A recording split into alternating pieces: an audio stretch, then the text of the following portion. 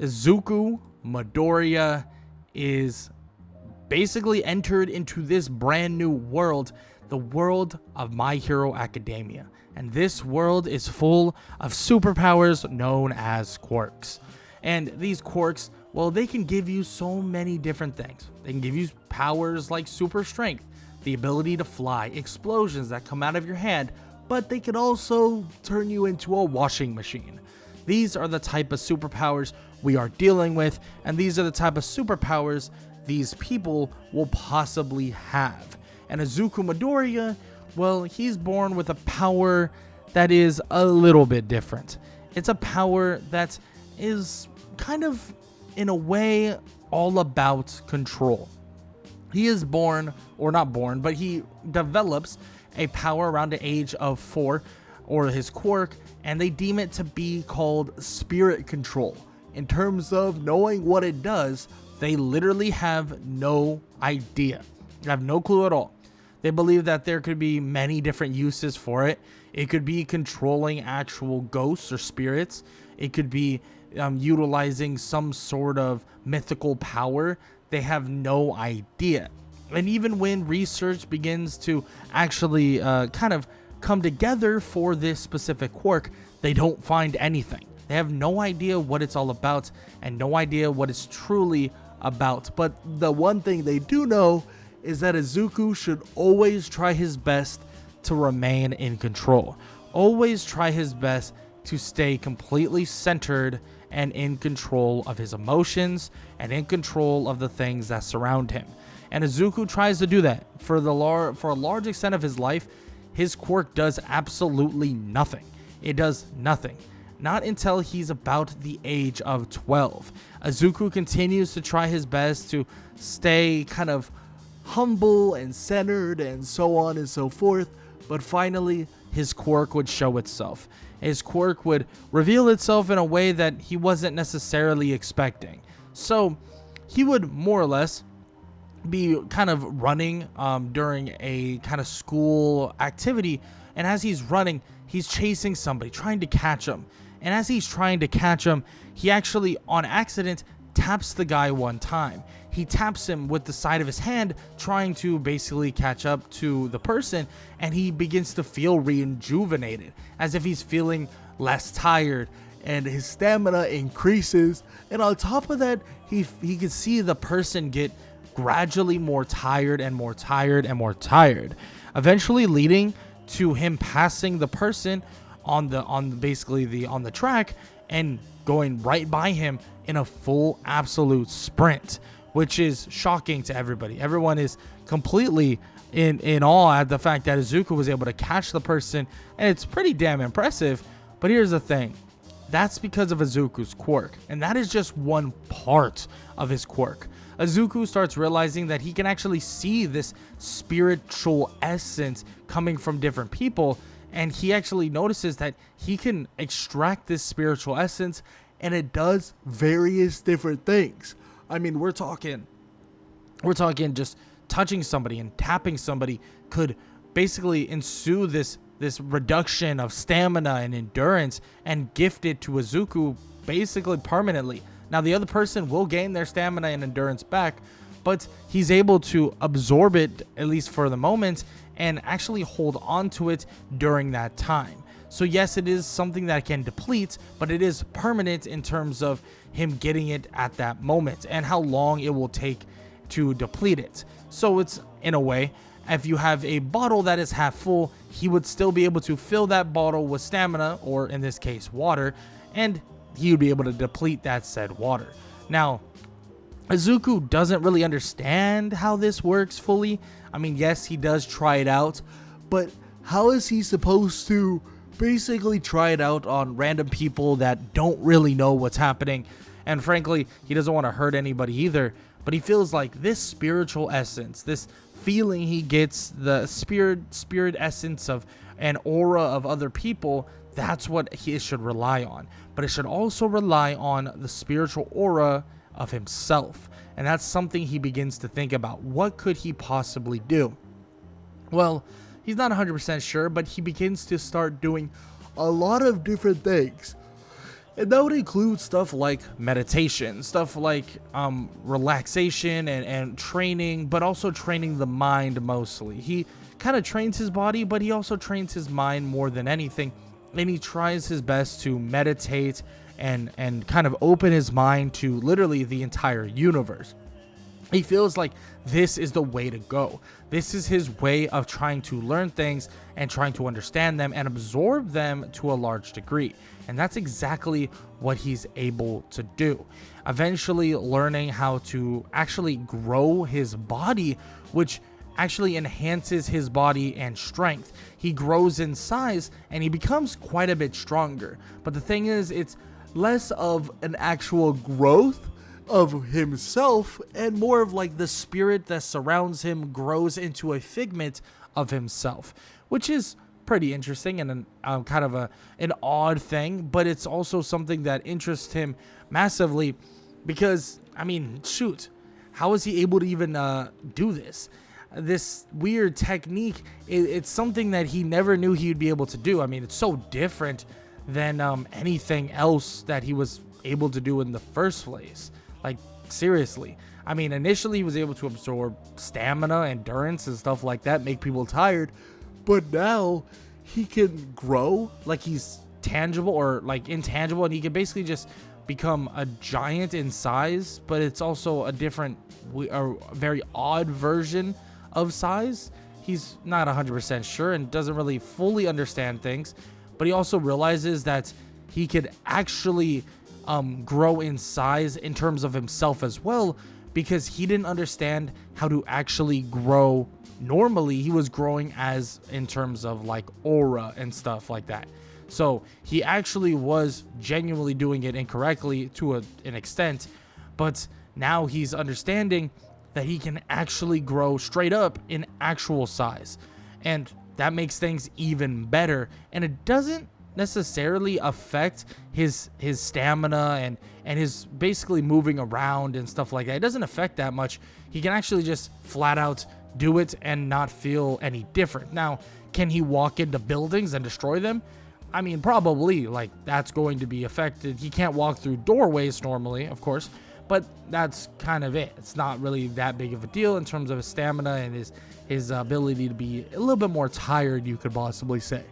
Now, this would lead us into him basically being around 15 years old, and they would be at the middle school. And this would be their last day of middle school for the most part, where they're talking and the teachers are talking, or the teacher breaking down the fact that he knows that everybody just wants to be a hero. Everybody wants to be a hero like All Might. And of course, everyone's screaming like, yeah, that's exactly what I would be, blah, blah, blah.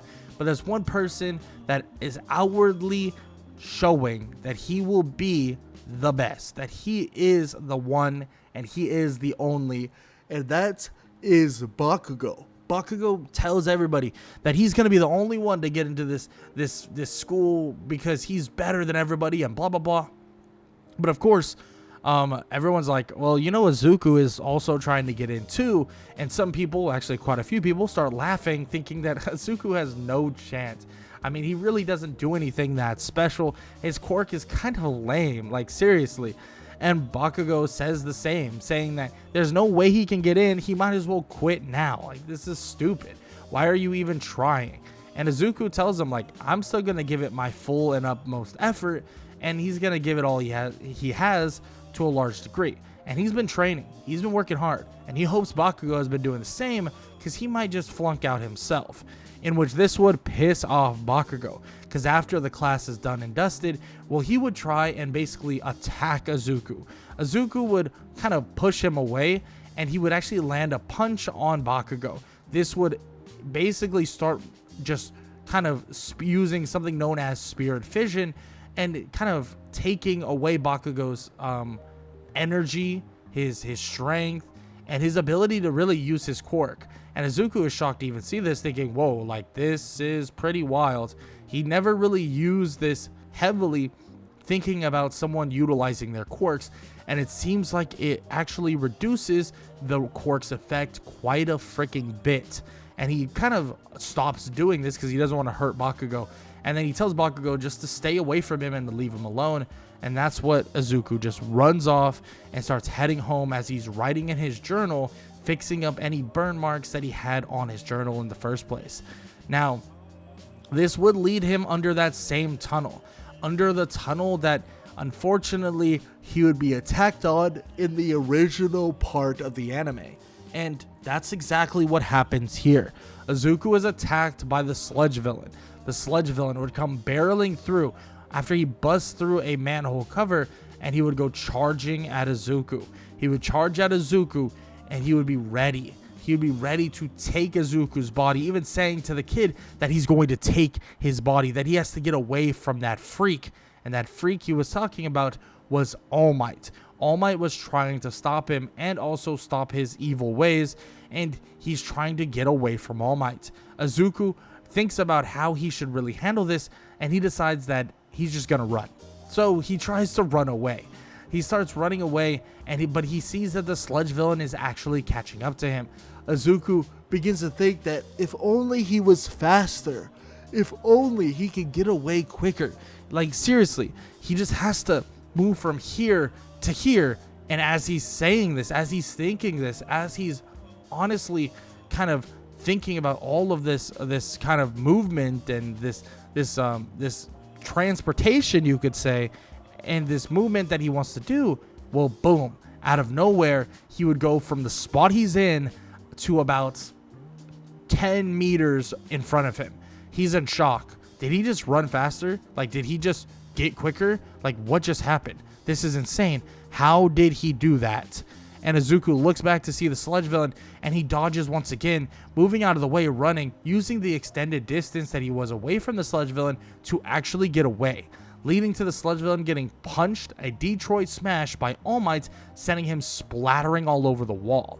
Izuku would be in shock, but also excited to see All Might. He gets his, autograph and stuff like that, but he also asks All Might, like, seriously, I have so many questions and blah, blah, blah, and he tells All Might that he wants to know. He wants to know if he could be a hero with a quirk that nobody knows anything about. A quirk that really he's learning on the fly, and he only knows so little about his quirk and only so much he can do. And All Might says that he believes he can, that he's not quirkless, he's not someone who doesn't have any potential in the world. His quirk may be unknown, his quirk may be extremely difficult to utilize, his quirk may be something that nobody understands, but the thing is, if he puts in the hard work and he tries his absolute best, he can get there. He could do it, and he could be a hero. Izuku is excited and happy, and he basically is just frozen in excitement, and eventually this leads to All Might basically saying that he has to leave and he has to go, and Izuku, in just happiness, would jump and grab onto All Might, saying thank you, as All Might would jump away. And as he's doing this, All Might could feel himself getting a lot more tired. He realizes that his strength is depleting pretty damn quickly, and Izuku realizes that unknowingly he was actually using spirit fission, or force spirit fission, to extract the stamina and many other kind of things from All Might himself. Literally the stamina, the endurance, anything, just any leftover usage of One For All during this time for the day, he's extracting it. And Izuku, well, he realized this, and All Might and him go crashing toward the ground. He would grab onto All Might, and he would immediately teleport to a nearby building, and he would stop right there. Izuku would be in shock, apologizing over and over and over again, and All Might's like, whoa, this is crazy. And Izuku explains what happened, and All Might says that, well, his quirk is an amazing thing, and the fact that he doesn't know anything about it, and then on top of that, he was able to teleport. I mean, seriously, this is something that is unheard of. Seriously, he has to truly take his skills to the next level.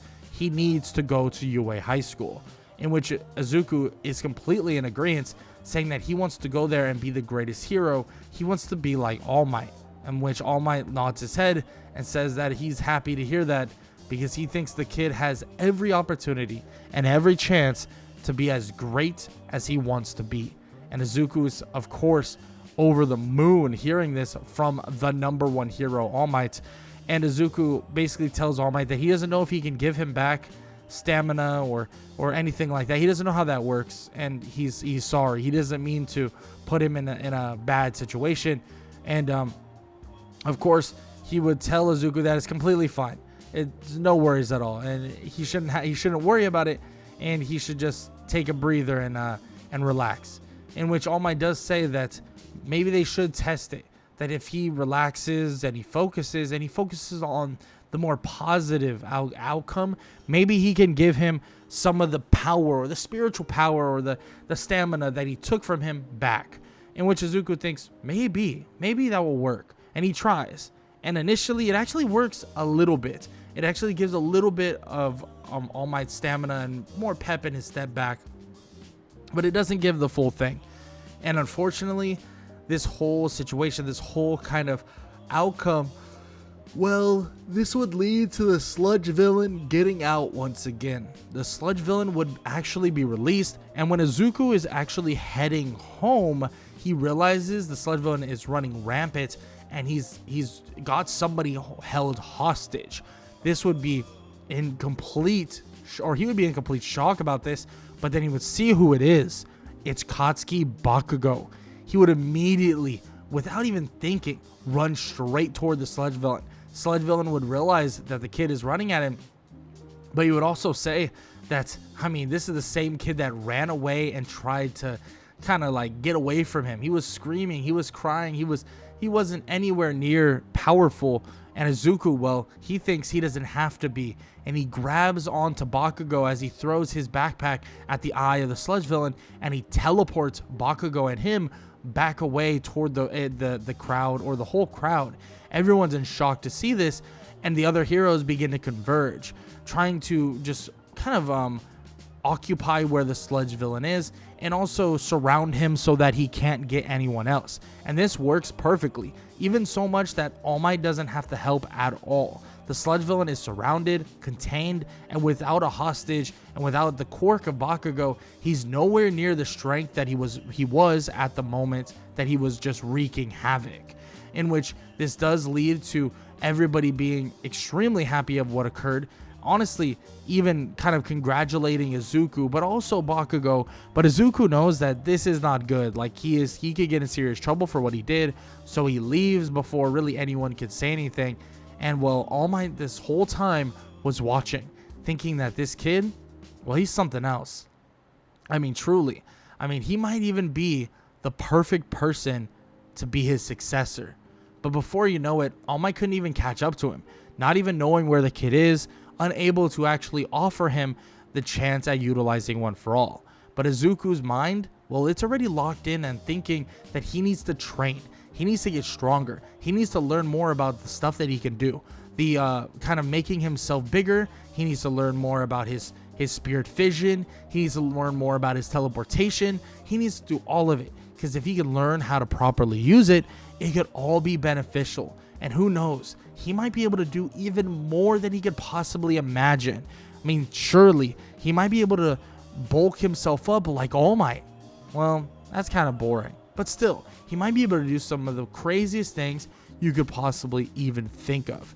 And Izuku, well, he wants to do just that. So he trains, he works hard, and he learns how to teleport better. He learns how to fight slightly better. He trains himself in terms he's running, he's doing push-ups, sit-ups, he's making sure to drink plenty of juice, all that good stuff. And he continues to develop more and more, or in terms of strength of his powers.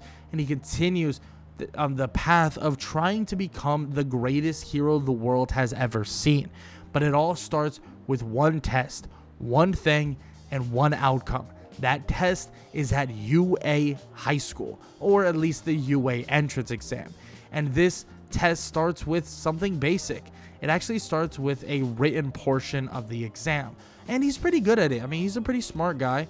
So he doesn't have much struggle learning and figuring out things and kind of doing things to a large degree. He makes sure to get everything down, and he makes sure to leave no answers blank.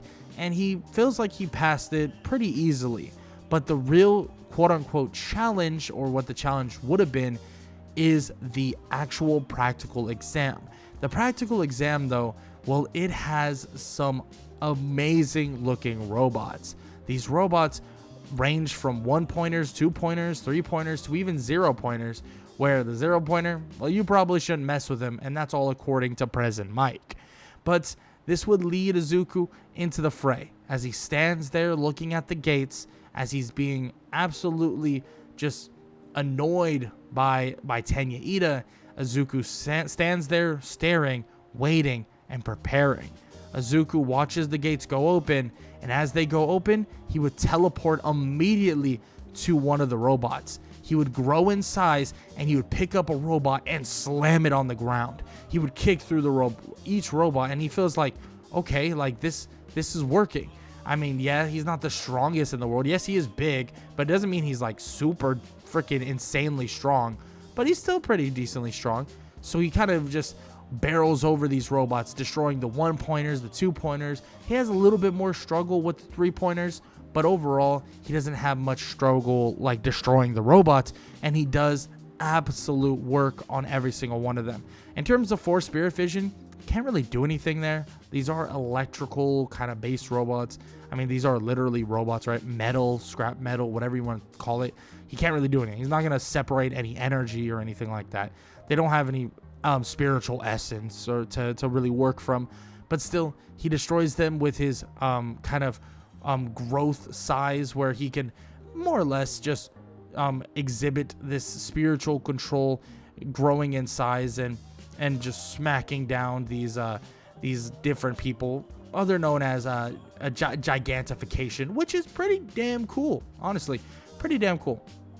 And he barrels over these people, boom, one after another, one after another, and one after another, or barrels over these robots, and he destroys them.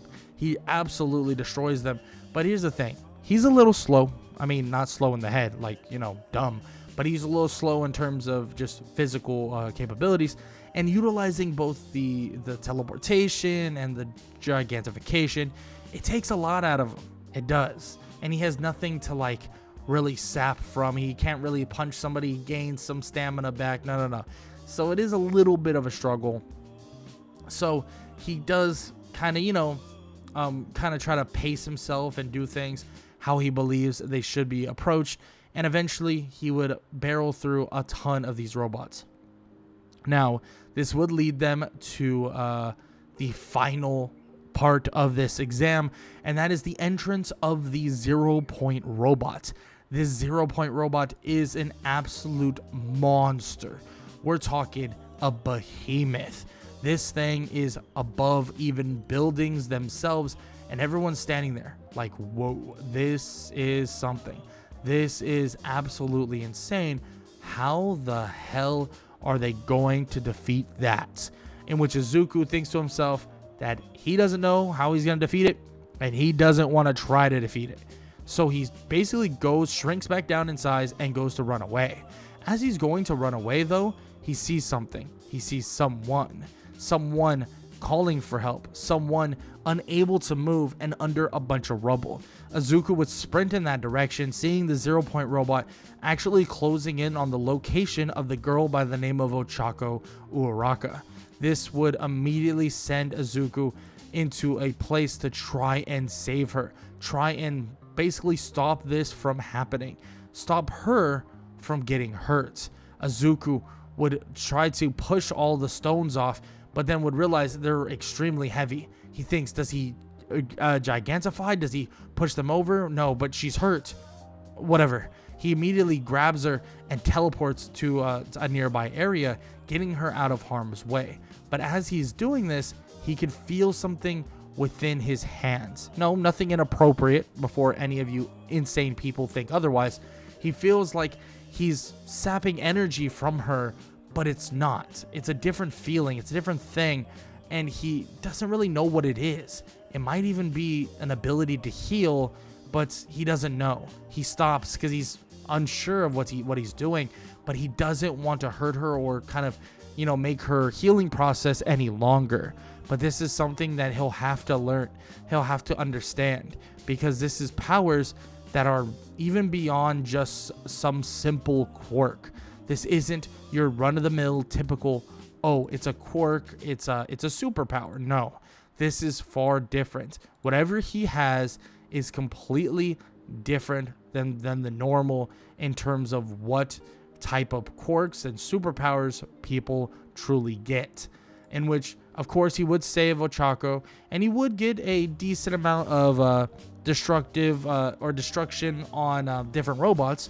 But the main thing is that he saved somebody.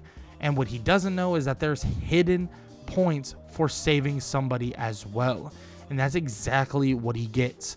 Because one day, after a couple weeks would pass and he would finally get his letter, and this letter would tell him something. This letter would tell him that he got into UA and that he is in Class 1A and he is the number 1 student. This would make him think that this is insane. This is wild. How? How did he do that? How is he the number 1 student? He's excited. He's ecstatic. He can't even really wrap his mind around it. But at the same time, I mean, he did it. He tried so hard. He trained so hard, and he did everything he possibly could, and he finally freaking made it. Not just the UA, but he finally made it as the number 1 student in Class 1A. And he's excited to see what's coming next. And as he enters those big doors, as he walks through those doors to see different people, he sees it. Everybody's different. Everybody's small, big, large, whatever you want to think of. Quirks completely different than the other. And as he sits down and awaits his teacher to enter, eventually he would. But his teacher is a little bit different than what he thought. Shota Aizawa tells them all to shut their mouths and get ready, because they're going to do something other than what they thought they were going to do. No orientation, no bloated egos, no praising them to the moon. They are going to train. They're going to show what they can do. And Izuku is excited for it. Somebody who wants to send them right into the deep end, right into the fire. This is something he feels like he needs to do to train and get better. And that's what's going to happen. And he tells everybody, after they all get ready, settled, and they get dressed for what it would have been for PE or something like that, Izuku would be up first.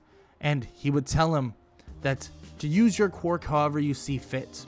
Do whatever you believe, as long as you're throwing the ball from where you stand. Izuku thinks that maybe he could throw the ball and teleport it somewhere. I mean, is that possible? He's really never tried it. But he also said throw it. So what's the safe play? Does he try to maybe gigantify and then throw it? Maybe he could throw it pretty far. And he believes he can. But what if he can teleport it? Well, he gigantifies and throws it, and he tries to teleport it. But then he realizes that he really can't.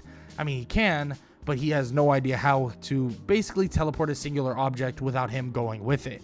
So he just chucks it as hard as possible as he's in this large and gigantic form, and everybody's just standing there in awe. Whoa, like that's awesome. Some of them did see this form already, but others, this is the first time they're seeing it. So this is insane to see. This is awesome to see. I mean, he's so freaking cool. I mean, look at him. And everyone's in complete and utter awe about how he's able to just grow in size the way he was able to grow in size. But, of course, Aizawa would see them all having fun, would see them all laughing, giggling, and say, oh, this is going to be so awesome.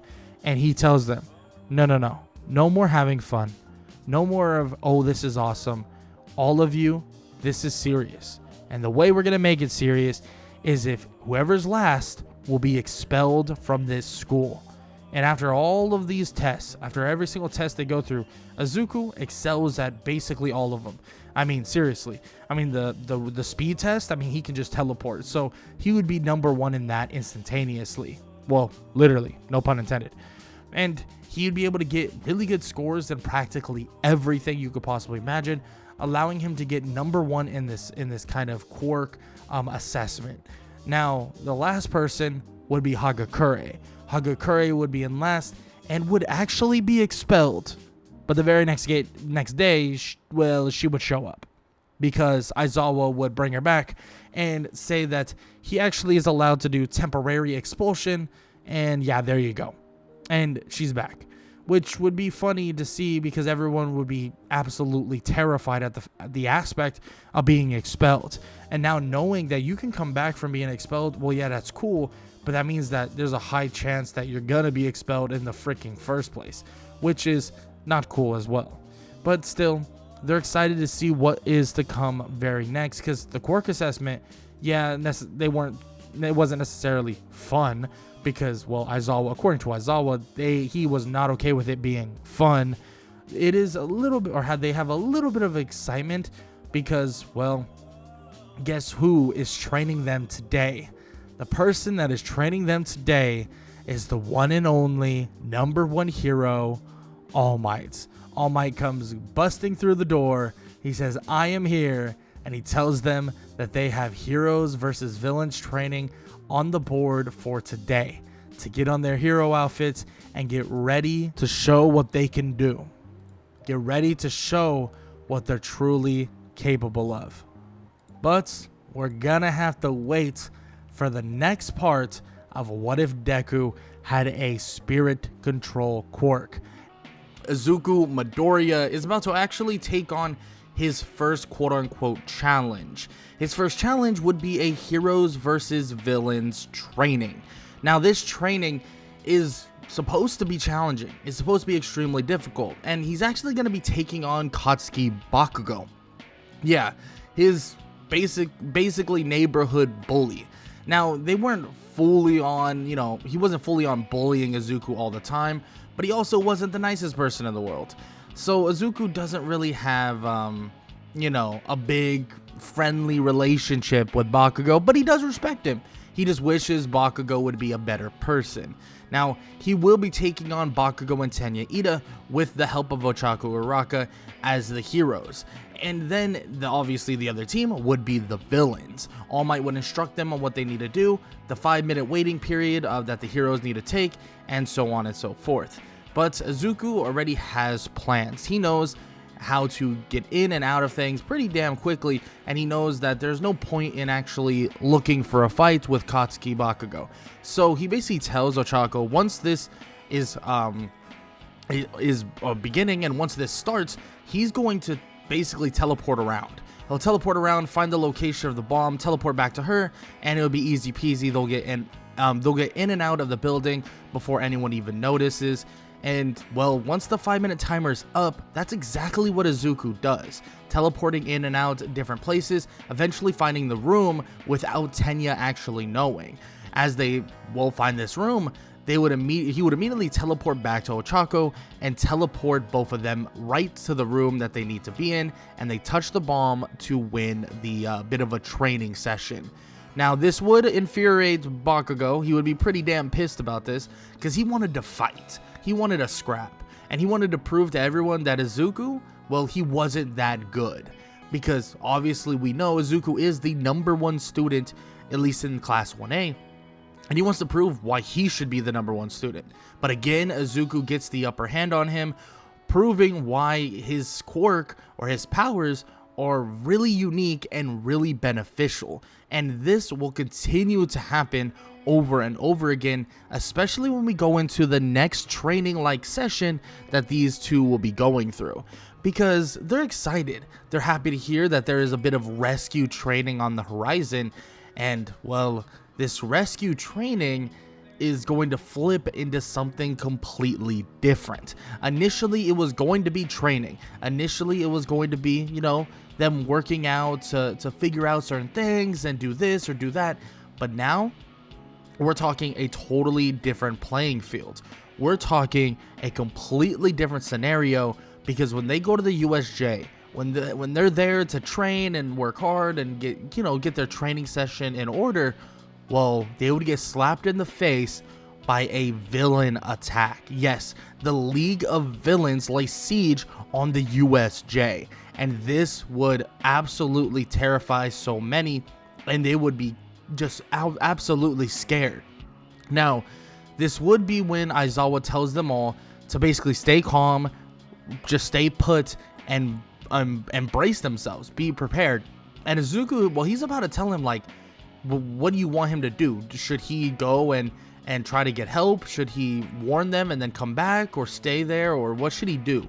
In which Aizawa looks at him and tells him that he can figure that out. He knows he can. He's a smart kid. He tells him to go get help, but from then on, it's all up to him, because that is what they're preparing them for. They're preparing them for the unpreparable. This is exactly what they were worried about in terms of students getting roped into things like this. And this leads Izuku to teleporting away and getting help from the other heroes. But instead of staying there, instead of being safe, even the other heroes telling him to stay put and not go back, he would teleport right back in, believing that he could help so many different people there. And that's exactly what he does. He teleports around to different places, saving and helping a lot of his fellow classmates. As he teleports his fellow classmates to a certain location to basically get them all set up and get them all well ready, he saves a countless number of them. Now, some of them didn't necessarily need saving, but they did need a little bit of help to actually get through what they were getting through. Now, would they have gotten through it initially anyways? Yeah, of course.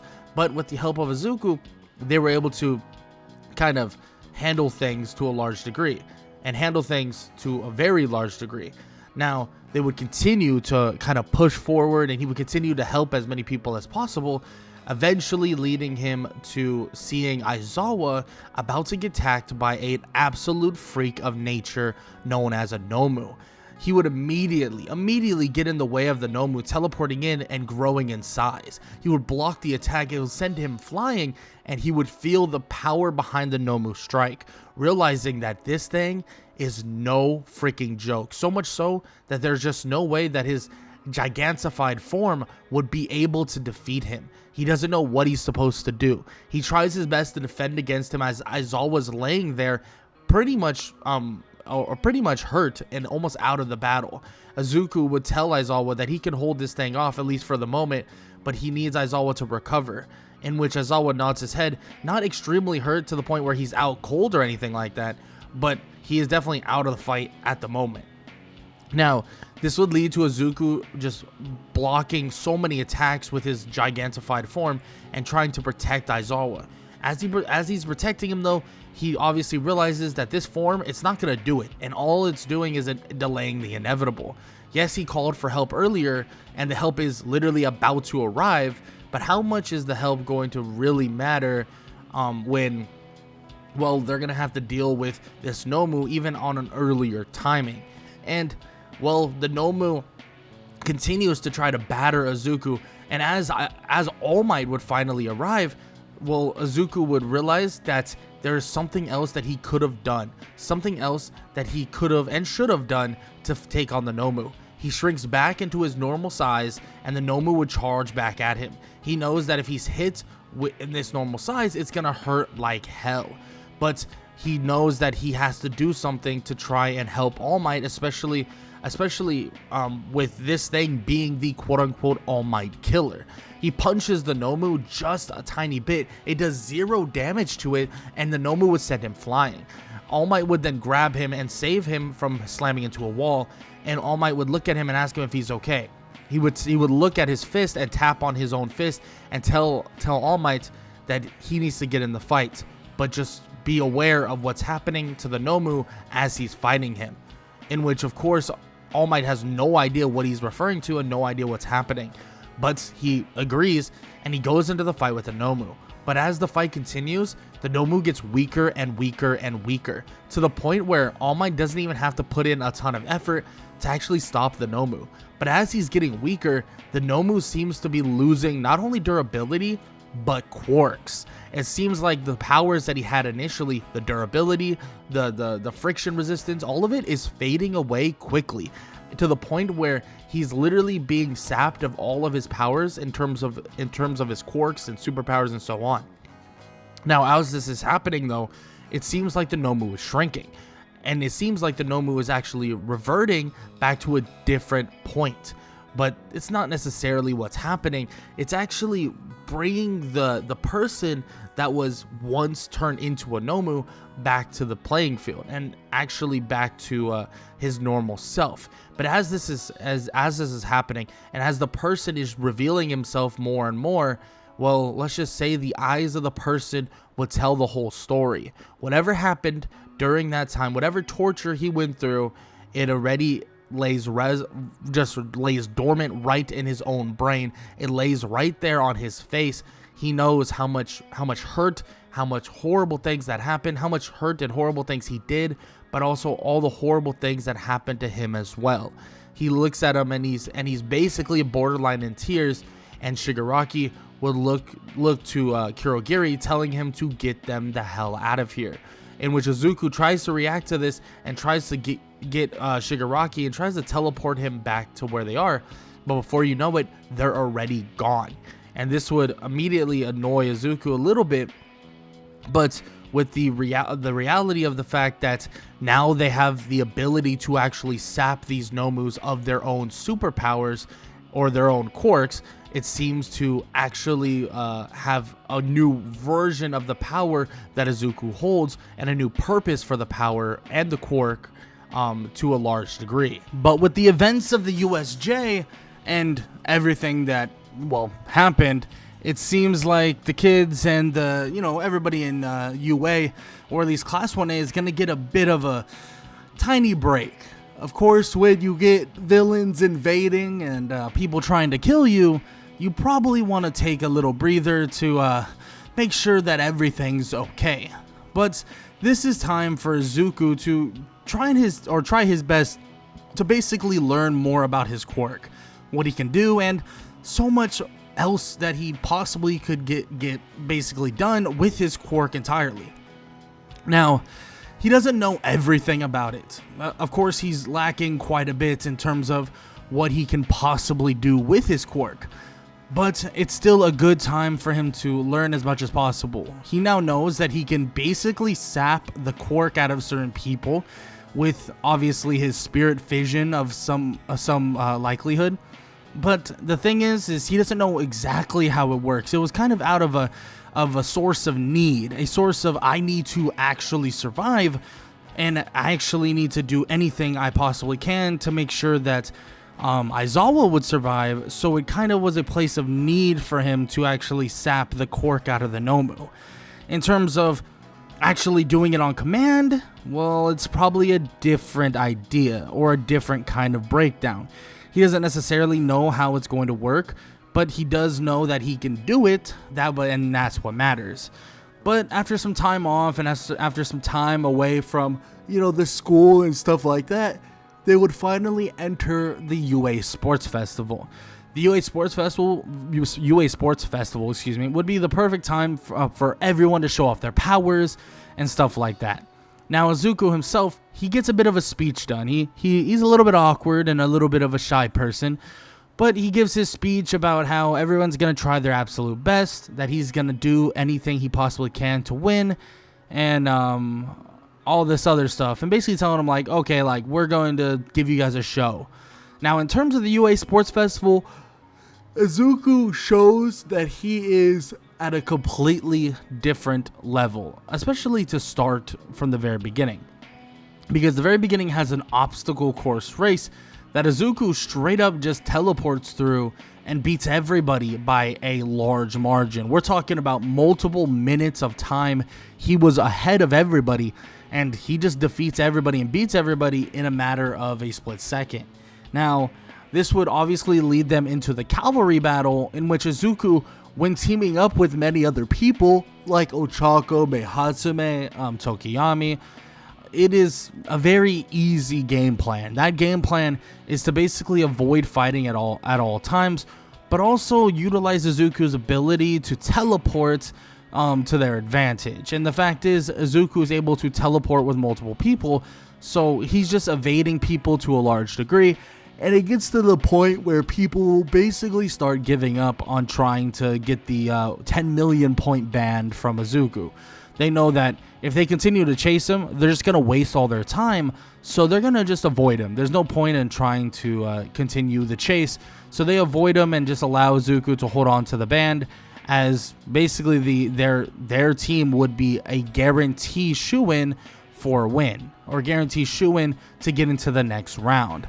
Everything does begin to change though when he has to actually do something different. Now, these last two were kind of odd. They're not like straight up fighting or anything like that.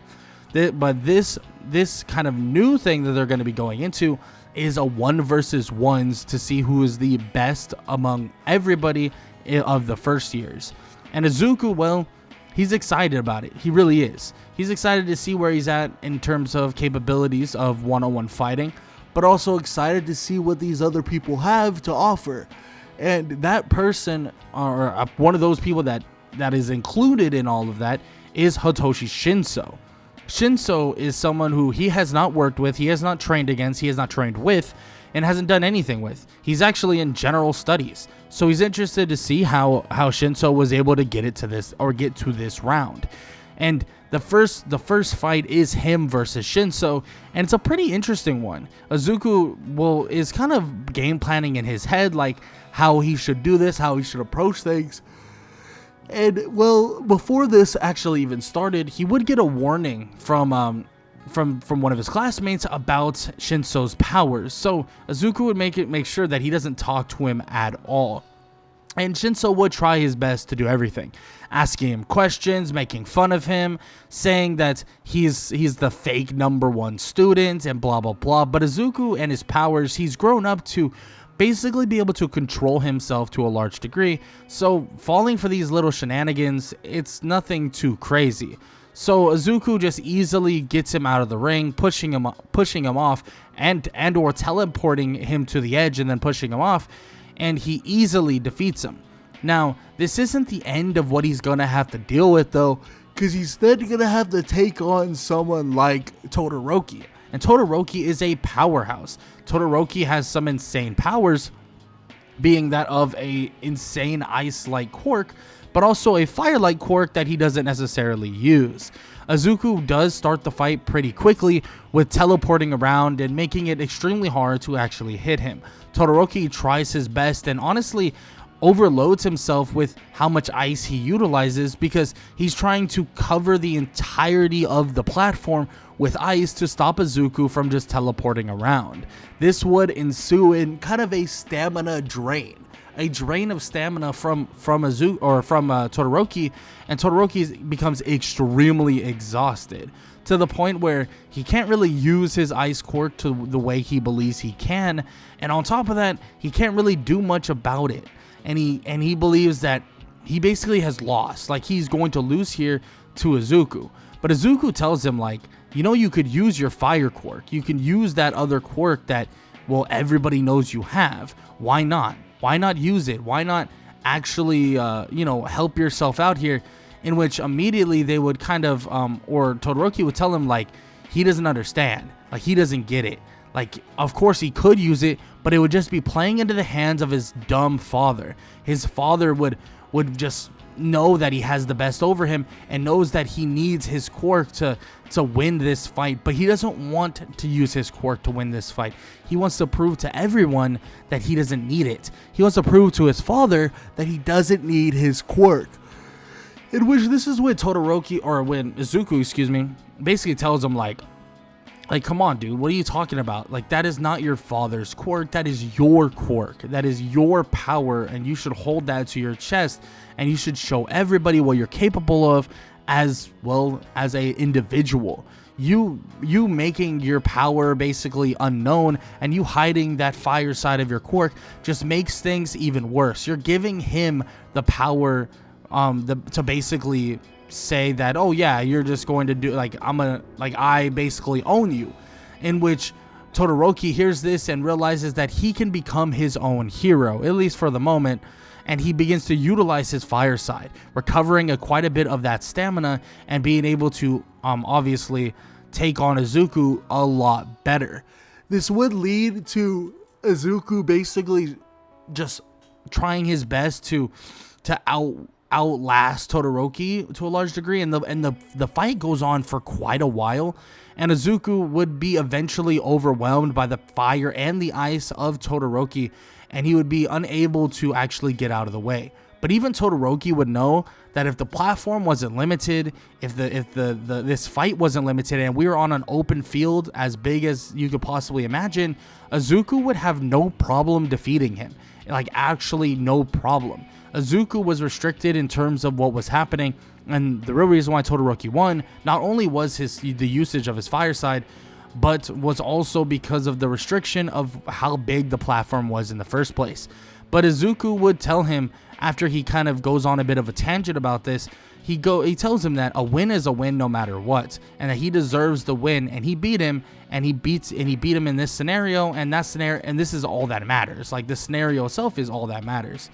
In which, of course, Todoroki would hear this out, and he would continue on trying his best to get through the rest of the UA Sports Festival, and he would actually use his fire side against Bakugo.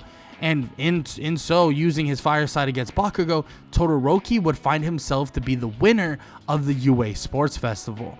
But of course, we still get a bit of a tantrum from Bakugo in a way, where he still wants to fight Izuku and find out who's better. And of course, there's just another way for Izuku to avoid fighting him, and it would frustrate him quite a bit. But after this is all said and done, well, let's just say Izuku would get a conversation, or kind of have a conversation with All Might that he never expected himself to have. And that conversation is about one for all, in which Izuku has no idea what that even means. What the hell is one for all? And is that like some sort of new like boy band or something? Like, he doesn't get it. He didn't even know All Might was into boy bands. That's like kind of weird.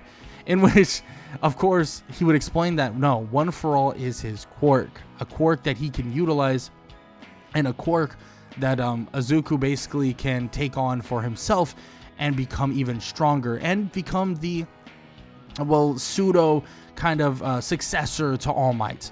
In which Izuku hears this and thinks, look, that's amazing, that's awesome, and that's just great. But here's the thing, how does All Might even know, for one, that he's ready for something like this? Two, how does All Might know that it's time for him to pass on this quirk? In which All Might basically shows him that he's extremely hurt, extremely injured, and he's been going through this for quite a bit, and he only has a fraction of his power now. In which Izuku looks at him and thinks to himself that maybe hold on to it for a little bit longer. Don't just give it away now. He knows and he appreciates that he thinks that All Might thinks of him as a suitable successor. But don't throw away the powers just yet, because there might be a way for him to be back to tip-top prime All Might shape. There's no guarantee, but there's a chance. And if that chance is even slim to none, he should take it. In which, of course, All Might says, like, that's ridiculous. Like, there's no way he'll be able to go back into his tip-top shape again. But Izuku tells him, listen, trust me, there's more to my powers, and he knows, and Izuku tells him that he knows that there is even more than he could possibly imagine, and there's a chance that he might be able to heal All Might. He knows it's a long shot, but there's a chance. He doesn't know how it works just yet, but he saw or has seen aspects of his quirk that he's never known to exist. So there's a chance that healing is just one of them, and he wants to be able to help All Might, just not in the way that All Might wants right now. But maybe in the future, maybe very soon, he'll find someone even better suited for One for All than even himself.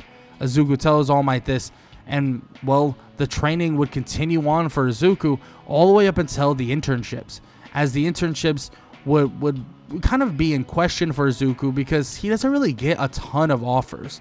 There's really not that many offers there, but actually All Might would set him up with Gran Torino, which would allow him to get a lot of good training in with someone that is very experienced in martial arts, but also fighting, but also kind of controlling a quirk that is a little bit harder to control. In which when he meets Gran Torino, it's a little bit awkward, it's a little bit weird. I mean, the guy is acting like an old man who doesn't understand things, but he gets really solid training from him, learns a new fighting style, and kind of learns how to properly use different aspects of his own quirk. Gran Torino even brings up the idea of him being able to heal, in which Izuku says yes, there's a possibility of it, but there's so much to his quirk that if he feels like he's learning something new about it every single day, and he's never able to master anything. In which he tells Izuku that he needs to figure out what kind of hero he wants to be. What does he want to master? What does he want to figure out? What does he believe is the most important thing for him to learn?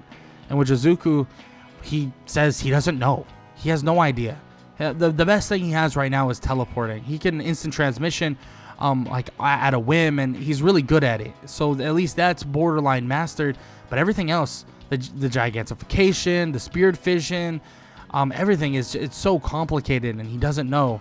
In which Gran Torino nods his head, and he asks him, what if right now, if he had to pick one thing to try his best to learn, and he needs to know more about it, something that could really help people, something that can allow him to be a hero, what would it be?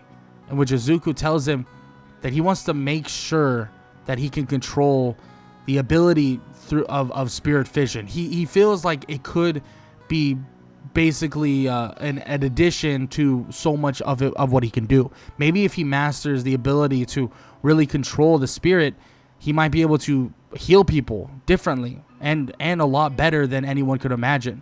In which, of course, that's where they would head the training off of. They would prepare the training in that direction. And Izuku would focus solely on that, do tons of meditation, and do tons of kind of control in terms of like trying to maintain himself to a large degree. In which Gran Torino helps with that heavily, and it gets to the point where Izuku feels extremely confident in his spirit fission and is actually able to heal just a tiny bit. Like literally like a tiny bit. He got a little cut on his foot and he was able to heal it, but it took so much concentration, and he just needs to have more time with it, a lot more time with it. In which that's what he's going to have. Over the course of a couple days, he just continues to do this until, well, Gran Torino tells him that they're going to go out and they're going to have a little bit of a kind of in real world type of training session. They're going to do a bit of walking around, check out what's going on, maybe see some other people, do a little bit of patrolling. And that's what they want to do. And Gran Torino does that. And they actually head to Hosu City to do just that. They patrol for a little bit, and that's until they get absolutely bombarded by a bunch of Nomus, in which Izuku begins to, well, use his quirk to actually slow down the Nomus and take away their quirks and their ability to actually kind of continue fighting, in which this works perfectly, slowing down Nomu after Nomu. He's able to stop every last one of them, and in doing this, it allows him to kind of learn more about his spirit fission and also learn more about the spirit parts of his quirk in terms of, you know, hopefully learning how to heal a lot better. But in doing this and helping all of these people, he didn't realize that someone else needed help, someone that he wasn't prepared to help, and someone that, well, shouldn't have been there in the first place. That is Tenya Ida. And after everything is settled, after he sees a hero killer that is on the ground out cold by Endeavor and many others, he sees something else. Tenya Ida on a stretcher, getting taken off to the hospital, hoping that the guy, that person, his classmate, will still survive from the countless wounds that he has basically intaked from the hero killer. Now, there is no idea if he will really survive or not, but something in Izuku's head's telling him to go meet him at the hospital. And that's what he does. He goes straight to the hospital, and he sees that Tenya's in surgery, holding on to just grasps of straws, hoping that he basically can survive this, but he doesn't know if he will. He doesn't know if he can, and he doesn't know if Tenya has much else in him to actually survive. Which Izuku would wait there, and he would wait there during their break before going into the final exams. And as he waits, and as he hopes, and as he really doesn't want Tenya to, you know, fall further, he would sneak into the room of Tenya in the hospital room, and he would hope to heal him. He would hope to do so, and that's exactly what he tries to do. But he's putting his hands over Tenya, and he would hope. He would hope and try to control things and he would try to relax himself and try to utilize his quirk to a degree he's never done before. And as he's doing this, he hopes, he basically prays, and then eventually what happens would shock him entirely. What happens is Tenya's eyes would open and Tenya would be back. He would be shocked to see Izuku, asking what's going on, like, I mean, how long has it been? In which Izuku would run out to get the doctors. The doctors would be in shock. What happened? How is he back? He should have been out cold in a coma for weeks, months, maybe even a year. There's just no way. How is he back? And it seems like every test they do, it tells them that there's really nothing else wrong with him. They're still going to want to keep him in here for at least a week, but there's really not much wrong with him other than the mental kind of scars now that he has. But everything seems to be healed, in which Izuku, before they can say anything, Izuku's gone. All he can think about is the fact that he did it. All that he can think about is that his powers seem to be awakening and furthering themselves quicker than he could possibly imagine. But what's next? Well, the thing that's next is the final exams. You got to do a written portion and a practical, and the practical is going to be something that everybody will remember forever. Izuku Midoriya and Katsuki Bakugo will take on All Might. And we'll have to see who will actually win and who will actually come out on top. Or maybe Izuku decides to go the smart route, which is definitely a possibility. But with that said, I hope you guys enjoyed the video, enjoyed part 2 of What If Deku Had a Spirit Control Quirk. Izuku Midoriya and Katsuki Bakugo, for their practical exam, for the final exam, are going to take on the one and only All Might. But how are they going to defeat him? Truly, how are they going to defeat him? Well, for starters, let's just say Bakugo doesn't really want to just run away. Bakugo doesn't want to just win and go on to the next. He wants to fight All Might. And Izuku, well, he believes that fighting All Might is a pretty damn stupid idea, because if he does fight him, and if they do fight him, it will probably end in a pretty horrific loss.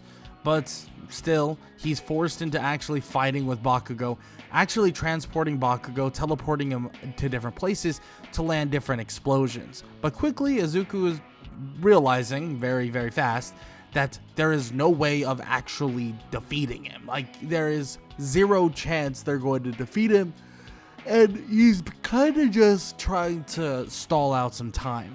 But Izuku would get a little bit annoyed. After about 3 minutes of going back and forth, trying to actually injure All Might at all, Izuku would realize that they're not making any headway, like, at all. So, after that little bit of time, Izuku would just grab onto Bakugo and teleport them to the exit, as, well, escaping from All Might is also a way for them to win. Everybody would be cheering them on because, well, it was still pretty impressive at what they were doing. They were keeping up with All Might. They weren't able to defeat him or anything, but Izuku was able to teleport around and do things like that, and everyone's pretty damn impressed. And All Might, well, basically tells them that they probably should have done that in the first place, that none of that was going to hurt him. And Izuku kind of shrugs his shoulders and says that Bakugo wanted to, give it his best shot, so that's what he did. In which Izuku does say that he could have tried to use his kind of spirit fission on him, but he also didn't want to hurt All Might massively. He didn't want to do anything too insane. But his teleportation is proved to be one of the strongest and most kind of lethal things that he's ever done and ever has done in the first place. And that's going to be even more true than anyone could possibly imagine when they actually head off to the forest training camp. After doing, whatever they got to do leading up to the forest training camp, they would get knocked off a mountain, of course, just like normal, leading to them fighting these ground-like creatures, or these earth-like creatures. And Izuku, well, all he's thinking about is how is he going to get stronger. And during this time, over the course of, we're talking, a couple days. Izuku would be working on his ability to heal, his ability to use spirit fission, teleport, and so much more. And all of it is heavily focused on those things. So he's able to train and get even better at those aspects very, very quickly. But the Forest Training Camp, well, it's not going to be safe forever, because villains would eventually invade, and Izuku would be forced into a situation to try and help a little kid by the name of Koda, trying to save him from a giant monstrous guy. And there's something that he's been working on, and something that he's actually been talking to many of the people at UA about throughout this time, and that's having a location where he could teleport villains into a place where there's going to be law enforcement or other heroes or people that are ready to capture the villain in general. And Izuku is thinking about that, but he kind of ignores Muscular, teleporting Kodo away to a safe distance, telling Aizawa about where Muscular is, telling him that he's up on that mountain, and basically Aizawa tells him to teleport every person that he can to a safe location. Teleport them all away and hope that they're safe and they're good. And Izuku's like, okay, if that's what you want. So he begins to teleport all of his classmates to a mutual location, saving a lot of them from actually being harmed in general. And this would force all the villains into a neutral location as well. And this would be definitely beneficial for the heroes and also the hero students that are currently there. Izuku telling Aizawa that they could really set up a place for him to send all these villains, but he just doesn't have a place or location specifically that is even ready. And he would even ask Aizawa about that thing that he asked about this location that that they could create that maybe would cancel quirks, and Aizawa would tell him that that's just not gonna work, not just yet. And which Izuku's kind of like, damn, like really? Like you gotta be kidding me. Like I thought that would be ready by now. How is it not? In which of course it's not. So Izuku is kind of on the back foot in terms of that idea. But with all the villains grouped up, with all the villains kind of right there, they're able to fend them off quite a bit. And this time around, nobody actually even gets kidnapped, forcing the villains to just leave in general. But as this is happening, the villains still have a place and a kind of an idea of a mission to kind of approach things in a certain way. Their approach and their want to take a certain approach is to basically kind of distract a ton of the heroes, as All For One actually takes the fight to All Might. But in doing this, this is not a good idea, and not an idea that would actually go their way, because All For One wouldn't be ready for an All Might or the All Might that they're going to be facing, because Izuku and all of the classmates would head back to UA a little bit early, and 3 or 4 days from now, that's when the All For One's plan will actually be revealed and would come to fruition. But Izuku, he's actually working with All Might, healing All Might, and actually reverting him back to his prime self, getting rid of the absolute destruction he had in his lungs and or his chest, and he's getting rid of it entirely. And now he's basically in tip-top shape, and he hasn't even gotten rid of One For All in the first place. He would then basically talk to Izuku about taking on One For All once again, but Izuku would tell him, with Prime All Might back, he doesn't believe that it's just necessary, at least not yet, and there might still be someone better than him to take on the Quirk. But Izuku tells him that he will be ready for anything now, but he shouldn't overdo it, not yet, because you never know what's to come, and you never know when a true final battle is going to happen. And he tells him that take it easy, do your normal kind of things, don't go too overboard with it, and we'll see what happens.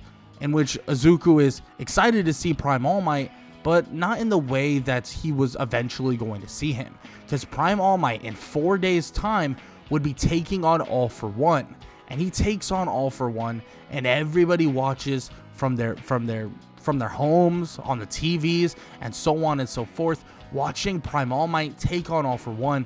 But with other villains arriving like Shigaraki, Kurogiri, well, it makes the fight a lot more difficult. Not that Prime All Might can't fend them all off, but he can't finish the fight with All for One quick enough because of these people that are there. But as Izuku is watching this, Izuku would immediately teleport a ton of other heroes, something that he should have done at the USJ, but, you know, Izuku is a little dumb up there sometimes. But Izuku teleports a ton of the heroes to basically lay siege on these other villains. All for One not being their main priority, but Shigaraki and every other villain there is their main priority. Izuku would begin to kind of teleport around, helping out anybody who possibly needs help, obviously not fighting in the actual fights, but helping out where he can. And Aizawa and many of the other heroes that are of high caliber would take down the entirety of the League of Villains, capturing them all. And with Prime All Might on All for One is unable to even do a single thing, unable to keep up, and unable to actually stop All Might and the rest of them from stopping the entirety of the League of Villains. As the League of Villains are completely captured and completely just stopped entirely, this would lead them to, for the most part, setting up for whatever's to come next in UA. And Izuku himself, he's excited to see what's next, because what's next is actually working on getting your provisional hero license exam, but also getting to that next point in your journey with a work study. And work studies are going to be massively important, something that Izuku feels will take him to the very next level. But first off, they actually start doing a bit of training for their kind of super moves and stuff like that. And Izuku, well, he's proven to do so many different things so extremely well, and the fact is he's more than prepared for this provisional hero license exam, especially when it starts with something very simple like tagging these people's lights to get on to the next round. Now, everyone initially, they know what the powers of Class 1A has, and they know that Class 1A can do this or do that, you know, your Katsuki Bakugos, your Todorokis, your Kirishimas, and stuff like that. They know about everyone. But here's the thing. Just because you know about them doesn't mean you're prepared for them. Because when Izuku begins to teleport around, immediately tagging out and basically getting more points and or kind of going on to the next round, that no one was ready for Izuku to be that quick and that agile. Wasn't ready for Izuku to be in so much control. And that's exactly what he was in, complete and utter control. And Izuku was just easily going on to the next round, and the next round would involve an actual kind of scenario, a rescue scenario, something they really haven't done that much of. But in all honesty, Izuku might be one of the best rescue type heroes ever in existence. His ability to heal, his ability to teleport, his ability to literally weaken opponents massively with spirit fission, Izuku can do it all. So when they're basically scouting, the very first thing that happens after Class 1A would pass on to the next exam, or the next part of the exam, Izuku would scout with his teleportation, going from place to place, hearing this or that, learning about different places, and mapping out the entire area. And then even setting up the area around and healing, and quote-unquote healing people that need healing, in which Izuku makes it very clear that if these people were actually injured, which technically they're not, it's all makeup and this and that, he would be able to heal them. And this is helpful though when one of the people from a different high school actually tries to get into a bit of a scuffle with incoming villains and Gang Orca. When he thinks that he can do whatever he can, you know, he can stop them all, he tries with his insane powers, but Gang Orca shuts it down almost instantaneously, absolutely knocking the guy out. But Izuku would teleport in, get him out of there, and heal him up, and this would obviously give him massive points toward passing this exam. But Izuku would go right back in, landing a punch to Gang Orca and then teleporting out. Gang Orca confused, saying that the kid, I mean, you're gonna have to hit a lot harder than that. But Gang Orca slowly but surely can feel himself getting slightly weaker and slightly slower as Izuku would teleport to the other villains, punching and kicking and knocking the rest of those the little villains out, the ones that are more henchmen like. And he would watch as Inasa and Todoroki would conflict with each other with their quirks clashing and not actually working properly, in which Izuku would yell at them, telling them to stop being so stupid, that if they just combine their powers together and not, mess up so heavily, they would be able to take down Gang Orca with relative ease.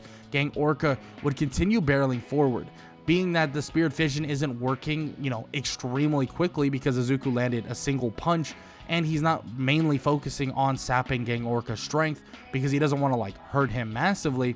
Izuku would kind of continue trying to distract Gang Orca, while Inasa and Todoroki would finally have their combo work flawlessly and finally have something go their way, in which it would work perfectly to see them work together, and Gang Orca would be defeated with the timer or the alarms bound to go off, with the entire exam about to be finished.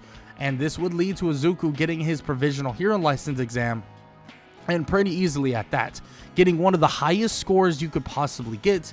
And let's just say this would boost his morale, and also boost everybody's look on what Izuku truly can do, because he's not just a run-of-the-mill powerful hero. No, he could do everything.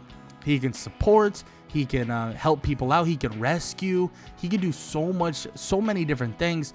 And really, the teleportation powers alone, I mean, these are ridiculous. And his kind of calm, relaxing demeanor, it's totally different than anything anyone's ever worked with. So a lot of work studies are going to want to work with someone like Izuku. And, well, even some of the best out there start basically piling in, wanting him to work with them ASAP. And one of them, well, we'll soon find out who it's about, or who it is, because immediately after this is all said and done, about a day after, they would get a bit of a visit from the big three: Nejire, Tamaki, and Mirio. They would all three talk about, this or that, about talking about the work studies and stuff. But once everybody begins to fight Mirio as a way of kind of understanding what these work studies could truly make you into, an absolute beast, Izuku would fight alongside his teammates and his classmates, teleporting around, helping others, and trying to fight Mirio. But the fight itself, I mean, it's a bit of a stalemate. Mirio can't really hit Izuku, but Izuku can't really hit Mirio either. So they're kind of going back and forth, and eventually it's called a bit of a draw, even though none of them really have landed much of a blow. And frankly, it's not really a draw when all of your classmates were defeated, and the only one that wasn't was you, because you just couldn't get hit. Now, this would lead Mirio into basically telling him that Sir Night-Eye wants him to join his agency. No kind of all this testing, none of this crazy stuff. No, he wants him to join his agency because he believes Izuku is the next best hero coming very soon. I mean, when he's done with UA High School, he's easily going to be a top hero because of how much he can get done, how much he can do, and how effective he can be at the field of the play. But also how kind of his whole demeanor, everybody would feel so kind of confident and would basically feel very safe around him. At the end of the day, you want somebody like that. All Might has that effect on people. When he's around people, people feel safe, people feel calm, people feel relaxed, even though they really love All Might. But when you have someone who is maybe not as strong, maybe not as calm, maybe not as this big person, you don't feel as safe. But Izuku definitely exudes that calmness, and everybody would hear him, everybody who would be healed by him, and everybody who would basically be around him would definitely be on the kind of idea of, yeah, this guy is going to keep us safe, and this guy is going to be a good hero to watch out for us. Which that's exactly what Izuku is going to do. And he starts working with Sir Night-Eye. They do a little bit of training here and there. He works with Mirio in terms of training. But they do talk about one person, and that's Overhaul, in which Izuku tells him that if he finds Overhaul, he finds these people, he could genuinely just teleport them into a neutral zone that can get rid of his powers or do this or do that. And Sir Night-Eye initially is like, we probably don't want to try and fight and do this or do that. But Mirio tells him that he's seen his teleportation in action. the kid can do it without even thinking about it. And the kid can, if they were to somehow run into Overhaul, he can get him to a location where everybody would be ready to basically stop him. In which Overhaul, or which Sir Night-Eye would nod his head and think, you know what, you're right.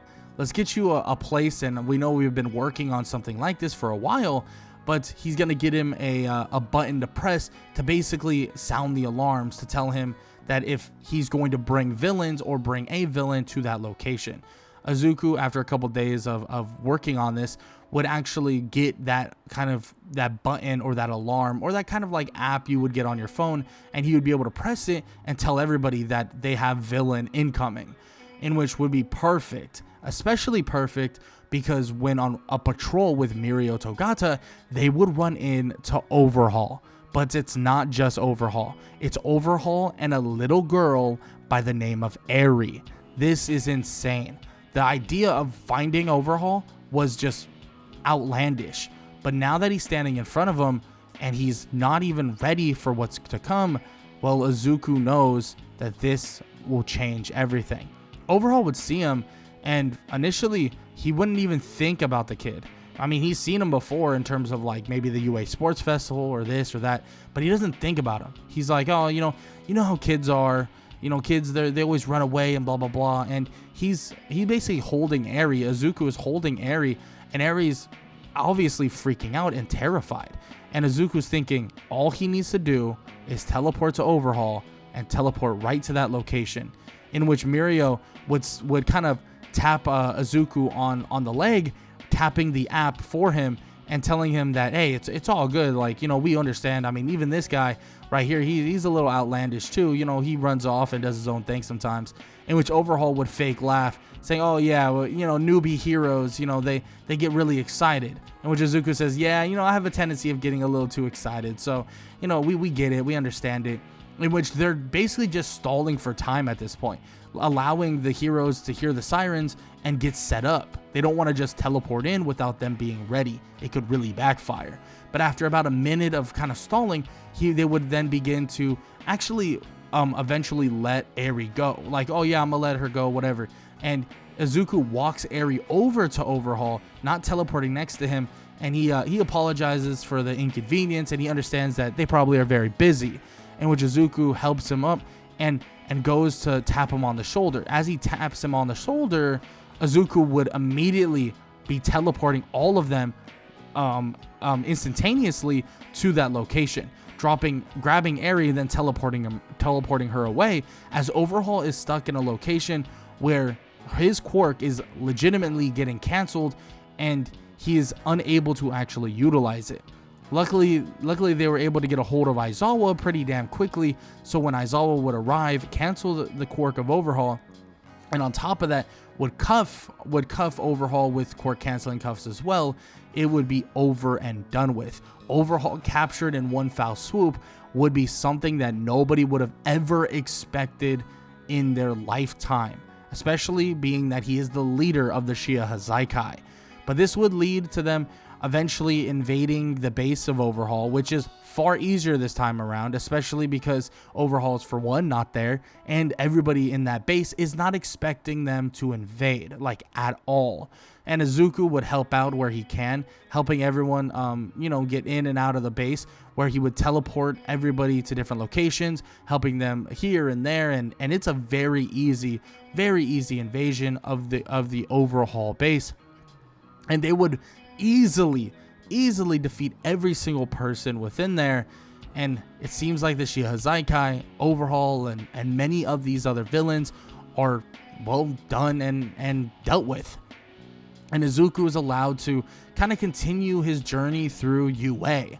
As he continues his journey through UA, they do a bit of training with class 1B, in which they do have a bit of a 5v5-esque training session, which Izuku has no problem just teleporting around and teleporting the classmates into the holding cells, which he would kind of find this to be a low light in terms of his hero journey, because he likes working with Overhaul, or Sir Night-Eye, excuse me. I've been saying his name too much, so now I'm kind of mixed up. But he does love working with Sir Night-Eye and Mirio, and that's where most of his attention goes to.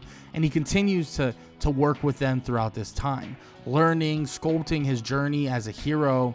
But eventually they would come across something that was a little bit scary in a way, a little bit worrying. And that's this creature, a monster. One monster that, well, might be as big as a mountain. This thing is Gigantomachia, but it seems dormant, unable to move, not doing a single thing. With his master, All For One, not there, it seems like Gigantomachia doesn't have a thing to do. So they're able to guide him to a certain location and get him out of that location so that they can keep him under wraps and keep him completely under control. And it seems like the more and more that happens, the more and more Izuku is involved in these things, he continues to make life easier for every single hero. And he's not even a hero just yet, not in your traditional sense. And of course, this is perfect. I mean, Izuku is getting an insane reputation with how good of a hero he can and will be. And Izuku's, well, path to greatness continues forward. But the thing is, there's one more thing that can make Izuku that much greater. Becoming the successor of All Might, in which Izuku believes that he doesn't need to carry the power of All Might, but All Might tells him that one day All Might will want to retire. He'll want to stop and go on and live a normal life. And Izuku's journey is just beginning, and it's time for him to become the hero that everybody knows he can be.